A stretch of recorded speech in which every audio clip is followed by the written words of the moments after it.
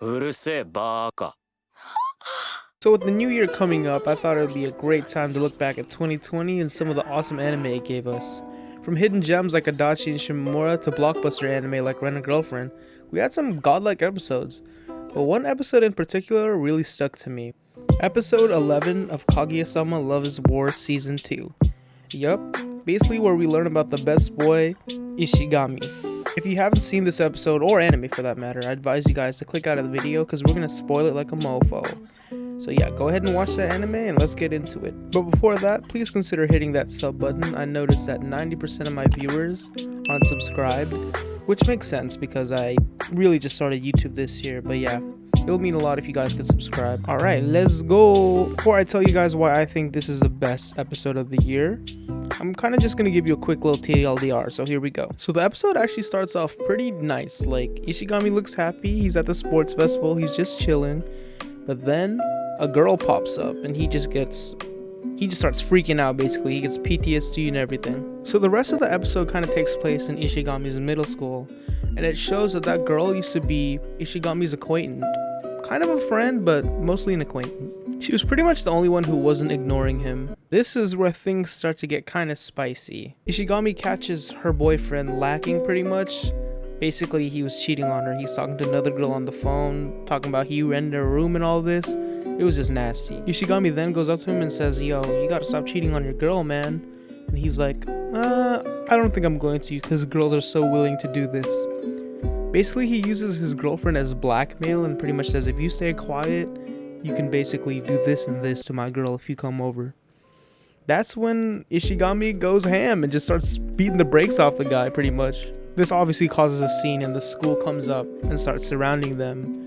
That's when this man starts lying to everyone and starts making Ishigami look like a total creep, talking about, oh, he's a stalker, this guy just wants to get with this girl. And the crazy part about all this is everyone believed what this man was saying. I was just so frustrated watching this part. I remember I was punching the air, I swear to you guys. After this incident, Ishigami actually gets suspended for a month. And he's told that he can do his homework at home, but he has to write an apology letter after he comes back. And ain't nobody gonna do that when we know how much of a scumbag that guy was. So throughout this whole time, everyone still thinks he's a creep. Everyone still thinks he's in the wrong, that he's a stalker and everything. So Ishigami's kind of in his room, depressed, trying to write the letter of apology, but obviously he's not gonna do that. Fast forward to the end of the episode, that's where Shirogane comes up and basically is like the only one who believed in him. He was looking into the incident and he basically got to the bottom of it and knew that Ishigami wasn't in the wrong here. And that was very important for Ishigami. He felt important for a second. It looked like the first time Ishigami got any type of support because himself, just looking at him, he felt lonely. He thought he was crazy. He thought everyone around him was horrible. But knowing someone was there for him and looking out for him, making sure that he was in the right, it made him just feel awesome. He just started crying and everything. So that was my quick little summary on the episode. I know I'm not the best at explaining things, but yeah, I did the best I could. So now let me get to the reasons why I think this was the best anime episode of the year. I'm gonna break it down into 3 parts. So for number 1, the shock factor. It's the shock factor for me, because when we're gonna watch Kaguya-sama Love is War, in no way in hell should we be crying. Because this is a funny ass anime. It's a rom-com with some slice of life, but damn, this episode really sliced a part of my life out of me.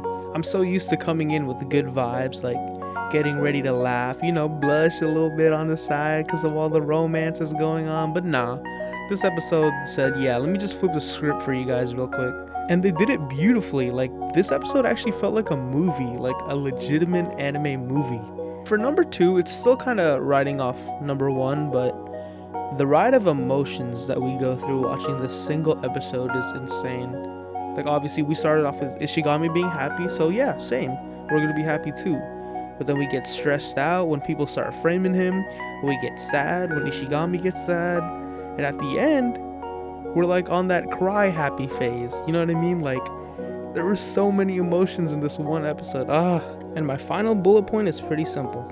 Just learning more about my favorite character, Ishigami was introduced in season 1 as this funny, nerdy gamer kid who's afraid of Kaguya, and I just love that shit. And he always looked like Sasuke to me. I know it's kind of weird, but yeah, Sasuke is my favorite character, so I automatically like this guy.